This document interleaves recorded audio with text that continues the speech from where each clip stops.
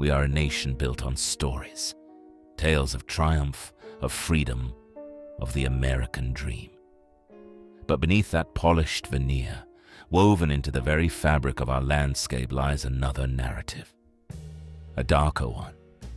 A tapestry of forgotten towns, ancient forests, and isolated stretches of highway where the familiar twists into the grotesque. These aren't campfire tales, whispered in the dark. These are echoes. Echoes of encounters that defy explanation, of places that refuse to let go, and of the chilling realization that the monsters we fear, they often wear the face of the everyday. Tonight, we embark on a journey into the heart of the American nightmare. 20 minutes of unsettling truths that will make you question every shadow, every sound, and every seemingly innocent smile. Welcome to the other side of the dream. Route 66, the Mother Road, a ribbon of asphalt stretching across the heartland, a symbol of freedom, adventure, and the open road. For 4 college friends, Liam, the charismatic leader, Chloe, the pragmatic planner, Noah, the quiet observer, and Maya, the free-spirited artist. It was the ultimate summer pilgrimage. A final hurrah before the crushing reality of post-grad life. They were chasing sunsets, cheap motels, and the ghosts of a bygone era. But some ghosts, it turns out, aren't just memories. It was late, somewhere deep in the Arizona desert, miles from the nearest town. Their gas tank was flirting with empty, and their stomachs were staging a revolt. Then, through the shimmering heat haze, they saw it. A beacon of faded neon, a relic from another time. The last stop. It looked like something out of a forgotten postcard, a perfect, untouched slice of Americana. Too perfect, perhaps. But hunger and the allure of the kitsch overruled any nascent unease. They piled out of the car, the desert air still thick with the day's heat, and pushed open the heavy glass door. The interior was a time capsule. Red vinyl, chrome, a jukebox that looked like it hadn't been touched since Eisenhower was in office. And behind the counter, a waitress. Her name, they'd later learn, was Sarah. She was impossibly young, perhaps no older than them. Yet her eyes held a weariness that spoke of centuries. Her smile was fixed, like a doll's. She greeted them with a soft, almost ethereal voice, offering them menus that felt strangely heavy in their hands. The food was classic diner fare, burgers, fries, milkshakes, but each item seemed to shimmer with an unnatural vibrancy. Noah, the quiet one, felt a prickle of unease. He noticed the dust motes dancing in the dim light, suspended, unmoving. The air was still, almost stagnant, as if time itself had forgotten to breathe. They ordered, the aroma of sizzling grease and sweet vanilla filling the air. The food, when it arrived, was exquisite. Almost too good. Liam devoured his burger. Chloe sipped her milkshake, Maya sketched in her notebook, and Noah, ever observant, watched. He noticed a subtle shift in their demeanor. Liam, usually boisterous, became withdrawn, his eyes distant. Chloe, normally so organized, began to fidget, her gaze darting around the diner as if searching for an escape. Maya's sketches grew darker, more frantic, depicting twisted, unrecognizable faces. And Noah felt a growing sense of dread, a cold knot tightening in his stomach. He looked at his own plate, and for a fleeting moment the fries seemed to writhe, the burger to pulse with an unnatural beat. When they finished, a strange lethargy settled over them. They tried to leave. Liam pushed against the heavy glass door, but it wouldn't budge. He tried again, harder, his muscles straining, a bead of sweat trickling down his temple. Nothing. Chloe pulled out her phone, but the screen remained stubbornly blank. No signal, no bars, just a dead gray expanse. Maya looked out the window, but the vast desert outside had vanished, replaced by a swirling, impenetrable fog that pressed against the glass like a hungry beast. Sarah, the waitress, watched them from behind the counter, her fixed smile unwavering, her ancient eyes gleaming with a knowing amusement. The jazz music from the radio, once a comforting background, now looped endlessly, a discordant, maddening melody. The diner wasn't just a diner, it was a trap, a psychological prison. The food, they realized, wasn't just sustenance, it was a catalyst. Each bite, each sip unlocked a deeper fear, a more profound regret. Liam, who craved success, found himself trapped in a loop of failure, his ambitions crumbling around him.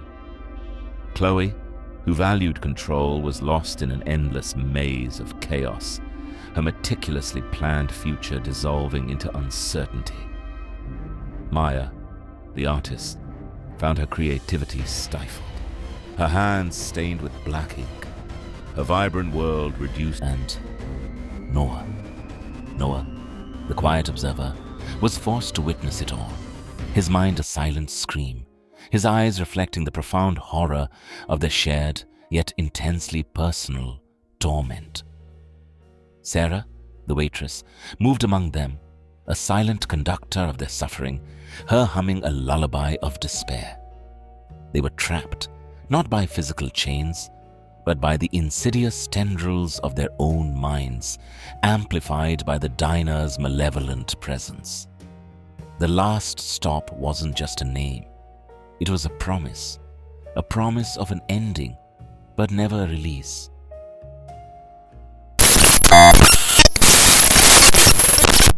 Sometimes the wilderness calls to us, a promise of solitude, of connection to something ancient. But some wildernesses, they hold secrets far older than humanity, and they don't appreciate visitors. The Appalachian Trail, over 2,000 miles of rugged beauty, stretching from Georgia to Maine. For Elias Vance, a seasoned solo hiker, it was more than just a path. It was a pilgrimage. He sought the solace of the ancient woods, the challenge of the untamed wilderness. This particular section, deep in the heart of North Carolina, was known for its dense primeval forests and local legends of whispers in the holler. Elias, a man of science, dismissed them as folklore, the product of isolation and overactive imaginations. He was wrong. Days bled into each other, marked by the rhythm of his boots on the earth, the changing light, the quiet majesty of the forest. But as he ventured deeper, a subtle shift began. The woods grew quieter.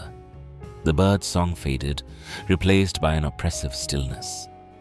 He started hearing things, faint whispers, just at the edge of audibility, like conversations carried on a distant breeze. He'd stop, listen, but they'd vanish. Fleeting figures would dart between the ancient trees in his peripheral vision, gone before he could focus. He'd shake his head, attributing it to fatigue, to the solitude. But the whispers persisted, growing clearer, more insistent. Then came the markers, small, crudely carved wooden effigies, tied to ancient trees with strands of what looked disturbingly like human hair. He found them scattered along the increasingly indistinct trail, each one a silent, unsettling sentinel. When he touched the first one, a wave of nausea washed over him, a cold dread that had nothing to do with the temperature. The forest around him seemed to respond, the shadows deepening, the air growing heavy with an unseen presence. The whispers intensified, no longer distant, but right beside his ear, speaking in a language he couldn't understand. Yet somehow, he felt their meaning. You are not welcome here. You are being watched. He tried to rationalize it, but the primal fear was undeniable. He tried to turn back, to retrace his steps, but the trail had vanished. The woods had swallowed it whole. Panic set in. He was running, blindly, through the dense, dark undergrowth, branches whipping at his face, roots snagging his feet. The shadowy figures were no longer fleeting glimpses. They were distinct, moving just out of sight, always watching, always there. The whispers were louder now, more coherent, speaking his name, taunting him, twisting his deepest fears into audible torment. The trees themselves seemed to close in, forming a suffocating tunnel, the ancient canopy blocking out the sky. He was no longer a hiker, he was prey. And the hunter wasn't just one entity, it was the woods itself, a vast, ancient consciousness that had been waiting, patiently, for someone to stray too far. He collapsed, finally, against a gnarled, moss-covered tree, his body screaming in protest, his mind fractured. The whispers converged, forming a single, chilling voice that echoed in his skull. "You belong to us now." His eyes, once filled with the spirit of adventure, now held only a profound, empty acceptance. Elias Vance, the seasoned hiker, had become another whisper in the holler, another ghost in the ancient woods. The Appalachian Trail had claimed him, not with a fall or a beast, but with a slow, insidious unraveling of his sanity. And somewhere, deep within that primeval forest, the whispers continue, waiting for the next curious soul to venture too far. We crave order. We build communities, establish rules, and strive for perfection. But what happens when that pursuit of order becomes an obsession? When the desire for conformity hides a darkness far more sinister than any chaos? Welcome to Evergreen Estates, a picture-perfect slice of the American dream, nestled just outside a bustling city. For Sarah and Mark, a young couple escaping the urban grind, it was everything they'd ever wanted. Quiet streets, friendly neighbors, and a sense of community. The Homeowners Association, or HOA, seemed a little enthusiastic, but they dismissed it as charming eccentricity. They were about to learn that in Evergreen Estates, perfection came at a price, a very, very high price. Their first HOA meeting was an eye-opener. The president, a woman named Mrs. Albright, possessed a disturbingly placid smile and eyes that seemed to absorb all light. She spoke of community standards, of maintaining property values, of the importance of uniformity. The residents, all dressed in similar bland attire, nodded in unison, their faces reflecting the same unsettlingly serene expressions. Sarah and Mark exchanged uneasy glances. It felt less like a community meeting and more like a sermon or a performance. They noticed the rules were extensive, covering everything from lawn height to acceptable paint colors to the precise angle of garden gnomes. But they were new. They'd adapt. But adapting proved difficult. Sarah tried to paint a vibrant mural in their child's nursery, only to receive a polite yet firm visit from Mrs. Albright, clipboard in hand, citing a violation of the aesthetic harmony clause. Mark attempted to plant a non-approved species of rose, only to find it mysteriously withered and dead by morning. The perfectly manicured lawns of their neighbors seemed to watch them, the identical windows like unblinking eyes. The subtle threats escalated. Anonymous notes appeared on their doorstep, detailing minor infractions they hadn't even noticed. Their internet would mysteriously cut out during important work calls. Their car tires would be subtly deflated overnight. The pressure to conform was immense, suffocating. They tried to talk to other residents, to find allies, but were met with blank stares, nervous smiles, or quick, mumbled excuses. They saw a neighbor, a kind old man who had once complained about the HOA's strict rules, now dressed in the same bland attire, his face serene, his eyes empty. It was then they realized the true horror. Dissenters didn't just disappear, they were assimilated.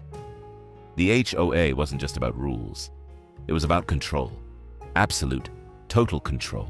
The community itself was a living, breathing entity, a collective consciousness that demanded absolute obedience. And those who resisted were remade. They had to escape. In the dead of night, they frantically packed their car, their hands trembling, their hearts pounding. As they tried to drive away, the streetlights flickered, then died, plunging the perfectly manicured street into absolute darkness. The identical houses seemed to loom over them, their windows glowing with an internal, malevolent light. And then, in the middle of the street, stood Mrs. Albright. Her fixed smile was impossibly wide now, stretching across her face, her eyes glowing faintly in the gloom. Her voice, distorted and echoing, seemed to come from everywhere at once. "You can't leave.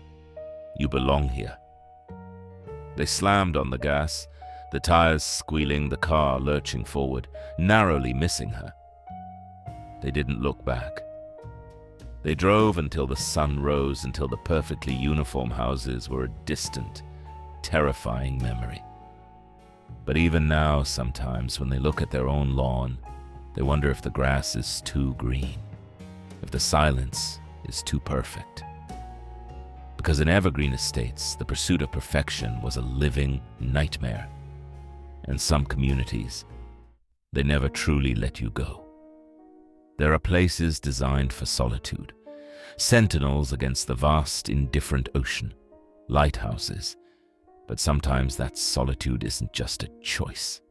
Sometimes it's a trap. And the light that guides ships can also draw in something far more sinister. Off the craggy coast of Maine, where the Atlantic gnaws at ancient rock, stands the Blackwood Point Lighthouse. Abandoned for decades, it's a monument to isolation and tragedy. Its last keeper, Thomas Finch, vanished without a trace over a century ago, leaving behind only a chilling logbook and whispers of madness. For Dr. Evelyn Reed, a pragmatic yet open-minded paranormal investigator, Blackwood Point was the ultimate challenge. She sought to debunk the legends, to find a rational explanation for the inexplicable. She would find more than she bargained for. Hay interior was a symphony of decay. Salt-stained stone, rusted metal, the pervasive smell of damp and age. The spiral staircase seemed to coil into an endless darkness above. Evelyn, ever methodical, set up her equipment. EMF detectors, thermal cameras, audio recorders. The first few days were quiet. Too quiet. The only sounds were the mournful cry of the foghorn, the relentless crash of waves against the rocks, and the unsettling creak of the ancient structure. But then, subtle things began. Her audio recorders picked up faint, distorted whispers when she wasn't in the room. Her EMF detector would spike erratically, pointing to no discernible source. The air grew colder in specific spots, even as the rest of the lighthouse remained frigid. The logbook, Thomas Finch's final entries, became her constant companion. His elegant script slowly devolved into frantic scrawls, detailing increasing paranoia, visions of a shadow man in the light, and a growing sense of his own mind unraveling. Evelyn found herself drawn to the light room at the very top, the heart of the lighthouse. It was there, amidst the massive, dust-covered lens, that the phenomena intensified. She saw fleeting reflections in the glass that weren't her own. The light itself seemed to pulse with an internal, malevolent energy. She began to experience vivid, disturbing dreams. Not her own memories, but fragments of Finch's final days. The crushing isolation, the encroaching madness, the desperate struggle against an unseen force that sought to consume him. The whispers in the light room became voices. Finch's voice, pleading, warning, then commanding. The entity that had driven Finch to madness wasn't just haunting the lighthouse. It was trying to become the keeper. And now, it wanted Evelyn. It sought to possess her, to relive its torment through her, to finally break free from its century-long prison. She fought back, her scientific mind battling against an ancient, malevolent will. But the isolation, the constant psychological assault was taking its toll. She found herself speaking words that weren't her own, her movements becoming jerky, unnatural. The light, the very purpose of the lighthouse, became a conduit for this insidious possession.